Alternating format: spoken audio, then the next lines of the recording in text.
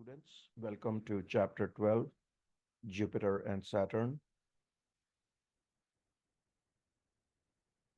The main points covered in this chapter are what observations from Earth reveal about Jupiter and Saturn, how Jupiter and Saturn rotate differently from terrestrial planets like Earth, the storms in Jupiter and Saturn, the source of internal heat for Jupiter and Saturn, what Galileo's space probe told us about Jupiter's atmosphere, how the shapes of Jupiter and Saturn indicate the sizes of their rocky cores, how Jupiter and Saturn's intense magnetic fields are produced by an exotic form of hydrogen, the overall structure and appearance of Saturn's rings, uh, what kinds of particles form the rings of Jupiter and Saturn. Actually, if you remember about this that you must have read in chapter 6, all the four Jovian planets or outer planets have rings, even though Saturn's rings are the ones that are most prominent.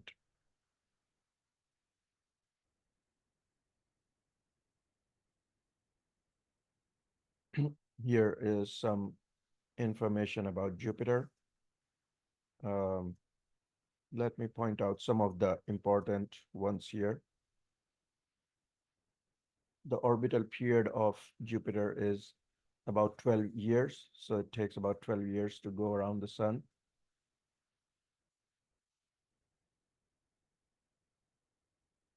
Jupiter is the fastest spinning planet out of all the planets. It completes one rotation in 9 hours, 50 minutes, uh, about 10 hours. Inclination of equator to orbit, not much. Uh, Diameter, it's huge. Its diameter is 11.209 Earth diameters. Its mass is about 317 Earth masses. Average density, its density is less, 13,020, 1,326 kilograms per cubic meter. As you know, Jupiter and Saturn are called gas giants, so they are primarily made of gas. That's why their overall density is less. Escape speed is 60.2 kilometers per second, which is quite high. So it is not easy to escape from Jupiter. That's why it is able to retain all of the gases, especially the hydrogen and helium, which are the main gases that form uh, the from the Jupiter, same as Saturn. Its surface gravity is 2.36 times the Earth. Its average temperature is minus 108 degrees Celsius. The atmospheric composition, as I said before, is mainly hydrogen and helium, and then some parts, other gases. Now let's look at Saturn. Uh, its average distance is 9.572 astronomical units. In a very rough way, it is about 10 times as distance from the sun as compared to Earth. Um, let's see. Orbital period is about 30 years. So it takes about 30 years to go completely once around the sun. Its rotation period is actually not much different from Jupiter, but certainly uh, Jupiter holds the first place in being the fastest spinning. The rotation period of Saturn is 10 hours. Uh, Inclination of equator to the orbit. So its axis is tilted at 26.73 degrees. Diameter, about 9.5 Earth diameters. Its mass, this is interesting. Its mass is only, so in many other aspects, Saturn is very much like Jupiter, but here is where it differs greatly. The mass of Saturn is only about 95 Earth masses as compared to uh, 316 Earth masses for Jupiter. The reason for this is the density of Saturn. The density of Saturn is much less, 687 kilogram per cubic meter, which is even less than the density of water, which is 1,000 kilograms per cubic meter. Uh, so, um, yeah, if we had, if you imagine a huge ocean of water and you put Saturn in it, it would actually float. The escape speed is 35.5 kilometers per second. The surface gravity, this is interesting. The surface gravity is 0.92. Even though Saturn is so much bigger than the Earth, its gravity is actually on the surface is less than Earth's gravity. Its average temperature is minus 180 degrees Celsius. Atmospheric composition is the same as Jupiter. However, it has a much larger proportion of hydrogen uh, than helium when compared to Jupiter. These are two pictures of Jupiter and Saturn as viewed from Earth. The disk of Jupiter at opposition appears about 200, 2.5 times larger than the disk of Saturn at opposition.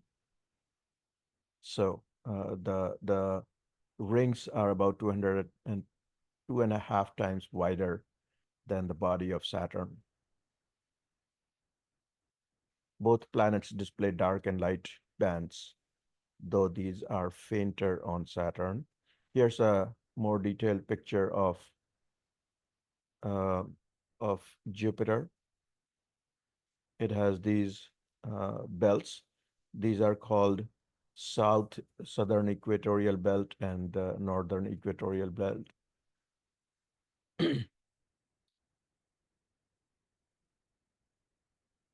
In this picture here, we can also see the Great Red Spot, which is a anticyclonic storm, which has been going on for at least 300 years.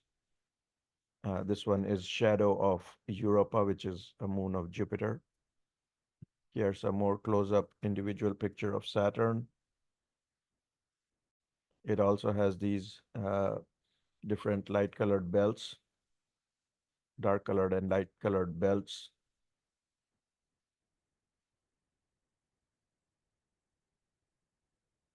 So one interesting thing about rotation of Jupiter and Saturn is that they have differential rotation. Inner planets like Mercury, Venus, Earth, Mars, they are solid, and their rotation is a solid rotation, just like a, a billiards ball, so that any part of the planet completes one rotation at the same time.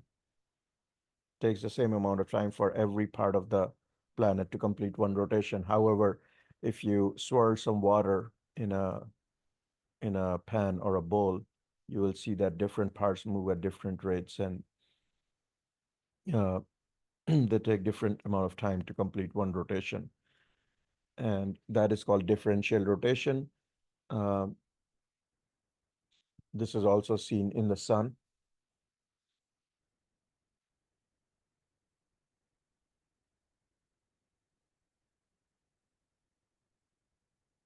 There have been some variations that have been seen in the visual structure of Jupiter. The position of the great spot has moved, and uh, so this in this picture from 1974, the great red spot lies within a white zone.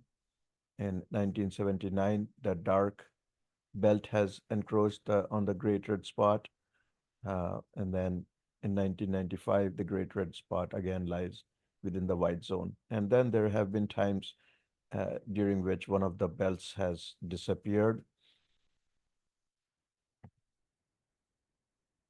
So these are more like atmospheric conditions which change over, even though they change over a period of hundreds of years. This is a more detail the of the Great Red Spot.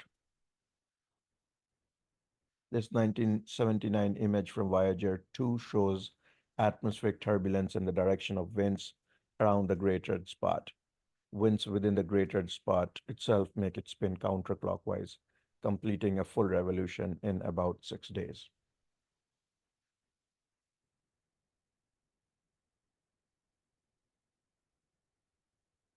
There is a smaller red spot as well called red spot junior.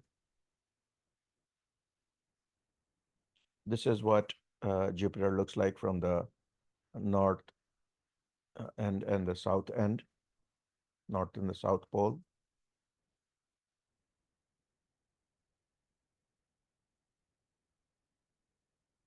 This is the structure of Jupiter and Saturn's atmosphere. They have these different layers. And here we see the temperature variation.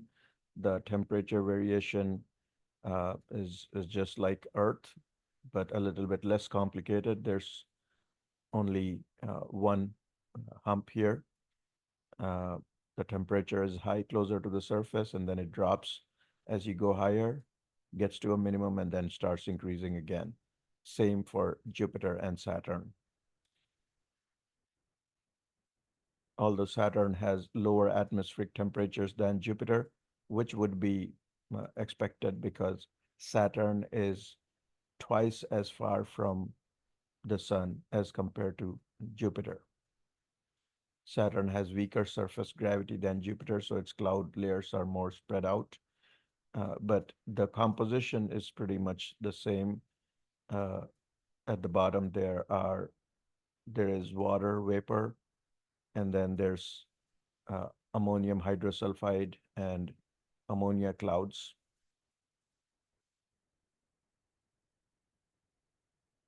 The internal structure of the body of Jupiter and Saturn, innermost are the rocky cores, which are surrounded by liquid ice. Then there's helium and liquid metallic hydrogen, and then the outermost layer is made from ordinary hydrogen and helium. The difference between Jupiter and Saturn is the proportion of the different layers.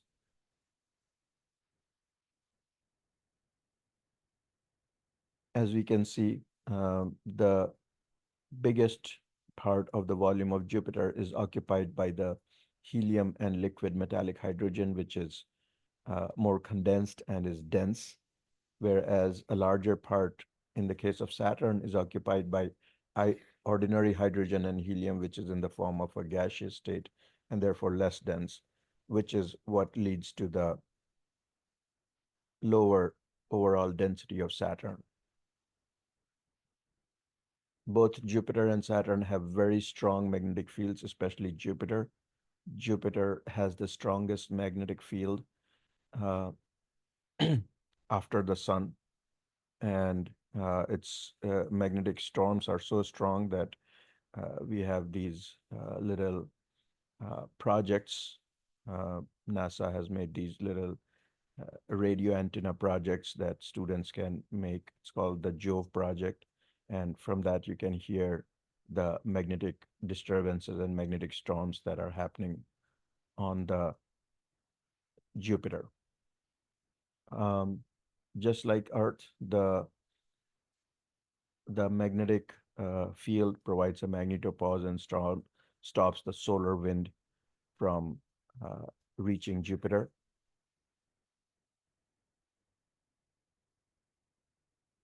The magnetic structure also causes electrons to be trapped in these areas. These are similar to the Earth's Van Allen belts. The strongest radio emission comes from electrons trapped in this current sheet. Just like Earth, uh, the effect of the combination of solar wind and the magnetic field causes some of the solar wind to land on the north and south pole and produce auroras. So both Jupiter and Saturn have these auroras or northern and southern lights, which have been observed.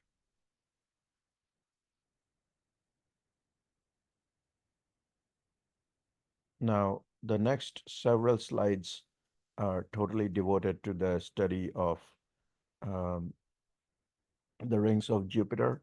And in fact, these have been studied in a lot of detail, and there's a lot of detail to talk about them, but we won't go into too much detail in this chapter in this course. We'll only touch on the major aspects, but you are welcome to study this in more detail if it interests you at this time. Um, this is not one ring, but a ring system.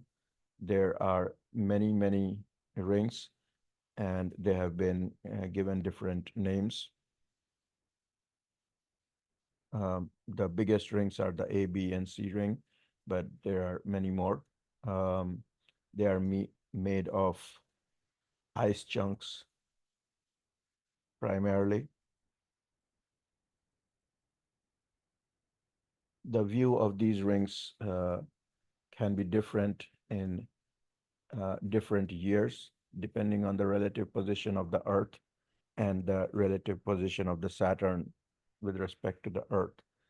We see the ring in different ways. Sometimes we may see it edge on, um, and then it will look like the picture on the top left and bottom right.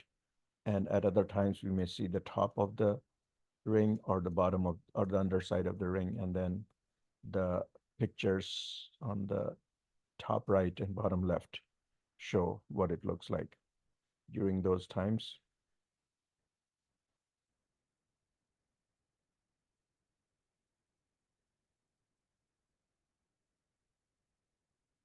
Here is a description of how we think these rings were made.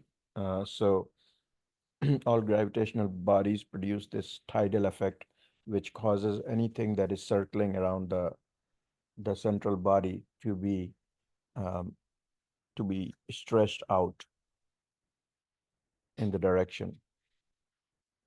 If a satellite is outside the planet's Roche limit, the tidal forces exerted by the planet may deform the satellite but will not tear it apart.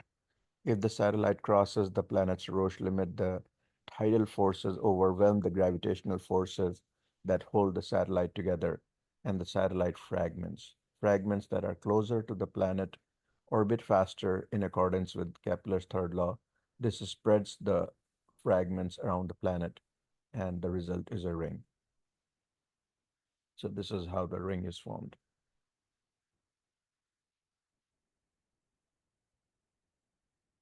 So it turns out all four outer planets have rings, uh, but the most prominent ring is that of Saturn. The other rings have only been observed when space probes like Voyager, which were sent to these planets, when they got closer, they were able to see these rings. Jupiter, Saturn, Uranus, and Neptune all have system of rings that lie mostly within the Roche limit. This diagram shows each of the four ring systems scaled to the radius of the planet. A planet's Roche limit is about 2.4 times the radius of the planet, provided the material is orbiting the planet, has the same density as the planet itself. For denser material, the Roche limit is closer to the planet.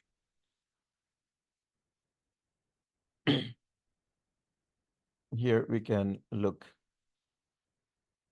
at the some of the details of the Saturn's rings.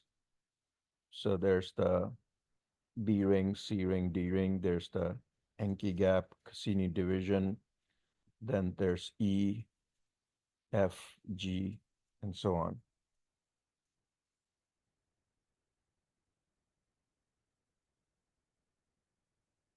Another interesting feature of these rings is that some of these rings are guarded by these shepherd moons. So both Jupiter and Saturn have lots of moons. We keep discovering more and more as we find several smaller of the moons, and some of them um, are found on either side of the rings, and they're called shepherd moons.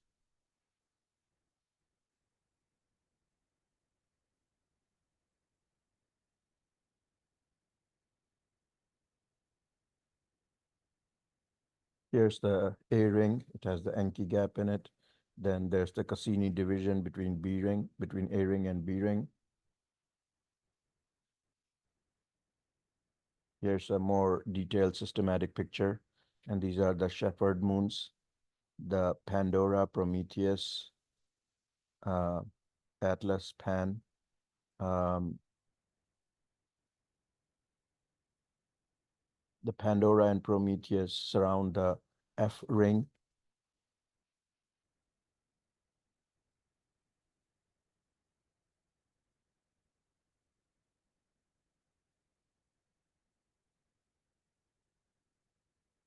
Pandora orbits the outside of the F ring, and Prometheus orbits the inside of the F ring.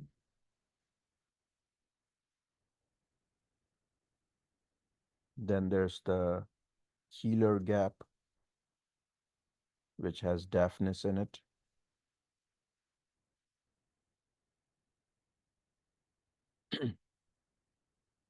As Daphnis orbits, its gravity induces scalloping edges along the edges of the gap. In the end, there's one more interesting feature that has been observed.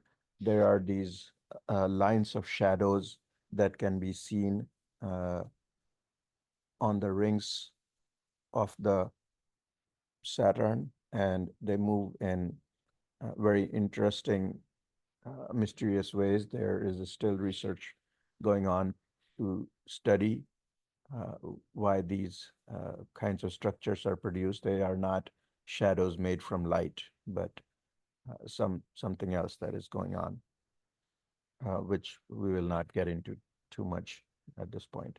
So with that, um, we study, we finish this chapter on Jupiter and Saturn, and here is a compilation of the key ideas on covered in this chapter. Thank you. Bye.